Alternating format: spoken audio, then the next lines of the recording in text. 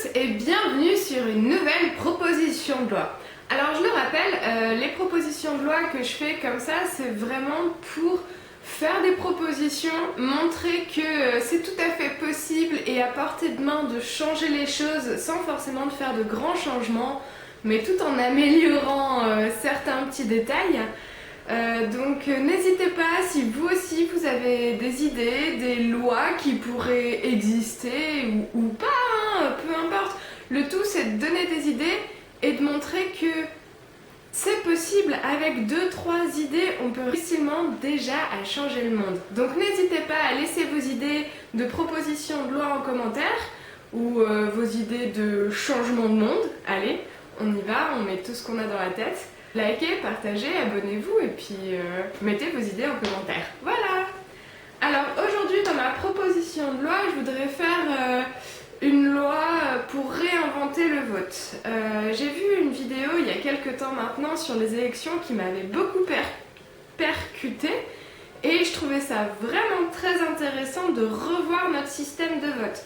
Enfin, moi qui en plus ne me suis jamais sentie représentée à aucun moment en politique, je trouve que changer de système de vote, ça permettrait peut-être de nous sentir plus proche de qui on vote, ou en tout cas que la personne pour qui on vote soit plus proche de nos valeurs que juste quelqu'un par défaut, comme Le Pen vs Chirac, enfin les vieux s'en souviennent. Alors, du coup, dans cette vidéo de Science étonnante sur les élections, que je vous mettrai dans la description de la vidéo. Alors, du coup, notre système de vote, il aurait grand intérêt à être amélioré dans le sens où il n'est pas si représentatif que ça de si oui ou non on a vraiment très envie de voter pour cette personne ou si on vote pour cette personne par défaut parce qu'on ne veut pas que l'autre passe. Du coup, il pourrait y avoir un système de vote bien plus représentatif de nos idées. Donc j'ai essayé de vous schématiser là, hein, comme ça, voilà. Pierre, Paul, Jacques, ça c'est les candidats. Et là vous voyez les petits smileys. Alors ça vous fait peut-être penser à, vous savez, quand vous devez remplir un questionnaire pour dire si vous avez aimé ou pas l'entreprise ou le produit. C'est un petit peu le même principe. Là en fait, on aurait différentes catégories. Dans Sciences étonnantes, il l'explique tout aussi bien. On aurait différentes catégories, genre je veux vraiment pas cette personne aux élections, je veux vraiment pas que cette personne passe aux élections. Je veux pas qu'elle passe, mais c'est moins pire. Bof. Ok, ça me va, ce qu'elle propose me convient. Oh oui, je veux cette personne comme président. Du coup, en fait, Pierre, Paul, Jacques, qui sont des candidats ici, bah Pierre, admettons, il fait de la merde, je veux vraiment pas que ce soit lui qui soit voté, je mets non, vraiment, merci.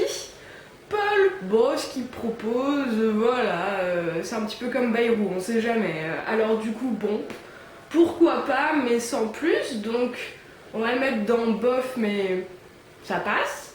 Et Jacques, alors lui, Jacques, il nous a convaincus, donc du coup, on le met dans très bien.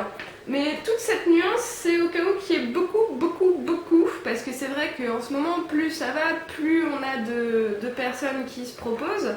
Et démarquer comme ça chaque non, pas du tout, pas trop, bof, oui, carrément, ça permet des personnes derrière, elles puissent savoir exactement pourquoi on a choisi cette personne. Parce que c'est vrai que notre système maintenant, avec juste un nom dans l'enveloppe, ça laisse pas beaucoup de choix, beaucoup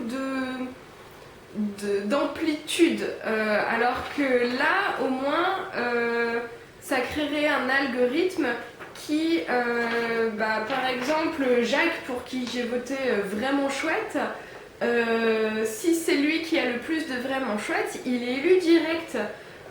Si il n'est pas à la majorité, on va prendre ensuite celui qui est majoritairement bien. Ensuite, on va prendre celui qui est majoritairement bof. Enfin voilà, du coup, on aura d'abord majoritairement les personnes pour qui les gens ont fait oui ou carrément oui. ce qui serait plus représentatif que si on se retrouvait encore avec un Le Pen, un Le Pen versus quelqu'un d'autre, parce que ça arrive régulièrement maintenant, en espérant qu'il fasse plus de génération, hein, que ce soit fini. Enfin bref. Donc du coup voilà, réinventer notre système de vote pour qu'il soit plus représentatif de nos véritables choix et de ce qu'on voudrait vraiment. Je vous conseille vraiment d'aller voir la vidéo de Sciences Étonnantes. Toutes ces vidéos d'ailleurs, elles sont vraiment sympas. Parce qu'il l'explique vraiment bien, mais basiquement voilà, c'est ça, ça reflèterait en quête de satisfaction des candidats et de leurs projets. Et voilà, du coup je vous souhaite une excellente journée et j'espère que cette nouvelle façon de voter vous plaira. Et à demain!